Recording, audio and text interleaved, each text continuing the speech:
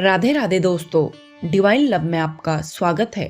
आज हम जानने वाले हैं कि दिसंबर में आने वाली सफला एकादशी आखिर कब है, इसका व्रत कैसे करना चाहिए, शुभ मुहूर्त क्या है और इस व्रत के पीछे कौन सी दिव्य कथा जुड़ी हुई है।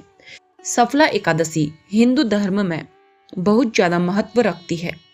यह एकादशी हर साल पौष महीने के कृष्ण पक्ष में पड़ती है। ऐसा माना जाता है कि इस दिन व्रत रखने और भगवान विष्णु की पूजा करने से व्यक्ति के सभी काम सफल होते हैं और उसे जीवन में सुख सौभाग्य की प्राप्ति होती है। इस साल यह व्रत किस दिन पड़ रही है, तो आइए शुरू करते हैं। सफला एकादशी 2025 शुभ मुहूर्त।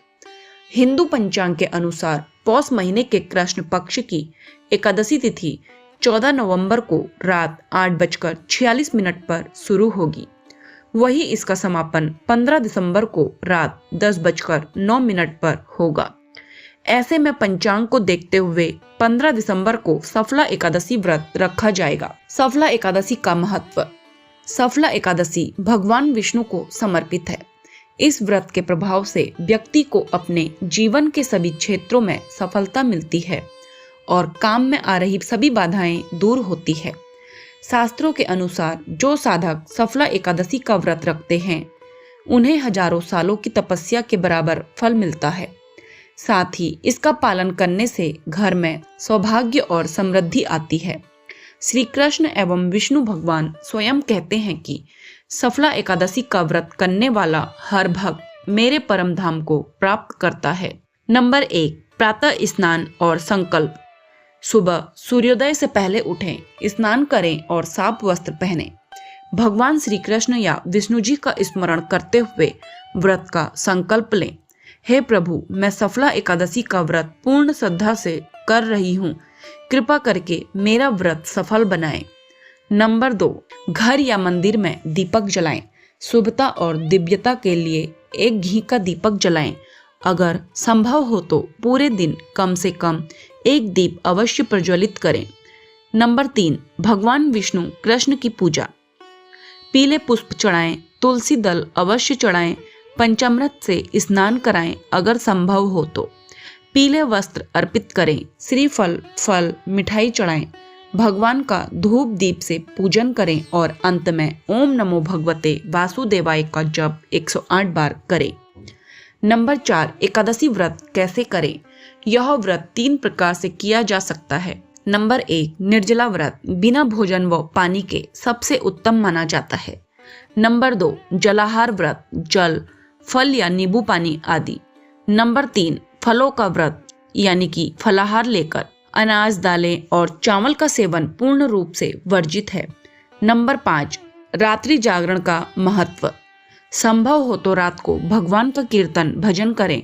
जागरण करने वाले को अक्षय पुण्य मिलता है। नंबर 6, द्वादशी के दिन पारण यानी कि अगले दिन व्रत खोलना। पहले दान करें, फिर भोजन करें।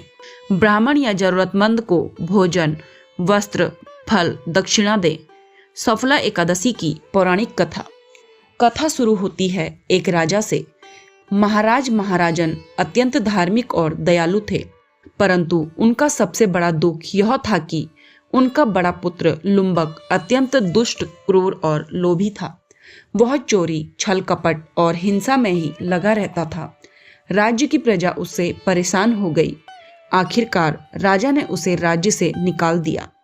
लुम्बक जंगलों में रहने लगा, लेकिन पाप कर्म जारी रहे। एक दिन भयंकर ठंड, भूख और डर से परेशान होकर वह एक पीपल के नीचे सो गया। उसी दिन सफला एकादशी थी। उसने व्रत तो नहीं रखा, लेकिन भूखा प्यासा रहने के कारण और भगवान के मंदिर के पास सोने के कारण अनजाने में उसका एकादशी व्रत हो गया। अगले दिन जब वह उठा तो उसे जीवन में पहली बार पापों का पछतावा हुआ। भगवान विष्णु ने प्रसन्न होकर उसे दैवीय दर्शन दिए और कहा, लुम्बक, आज सफला एकादशी का व्रत तुम्हारे पाप नष्ट कर चुका है। आज से तुम्हारा जीवन बदल जाएगा। लुम्बक सुधर गया, राज्य लौटा और आगे चलकर अपने पिता का उत्तराधिकारी बना। इसलिए इसे सफला एकादशी कहा जाता है, जो असफल को भी सफल बना दे। इस एकादशी पर क्या करें? तुलसी को जल चढ़ाएं, पीले वस्त्र धारण करें, प्रसाद में फल, नारियल, मिश्री रखें, गरीबों को कंबल या भोजन दान करें, श्री कृष्ण का भजन अवश्य चलाएं। इस व्रत से क्या फल मिलता है? रुके हुए कार्य पूरे होते हैं, धन व व्यापार में सफलता, मन की शांति, पापों का नाश, घर में सौभाग्य और समृद्धि, संतान सुख का आशीष। तो दोस्तों, सफला एकादशी का व्रत सिर्फ एक उपवास नहीं बल्कि यह एक आध्यात्मिक जागरण है। जब आप भगवान श्री कृष्ण का स्मरण करते हुए यह व्रत रखते हैं तो भगवान हर कदम पर आपका मार्गदर्शन करते हैं। अगर आप भी जीवन में सफलता, शांति और मनोकामना पूर्ति चाहते हैं तो इस दिव्य एकादशी का व्रत अवश्य करें। जय श्री कृष्ण। राधे राधे।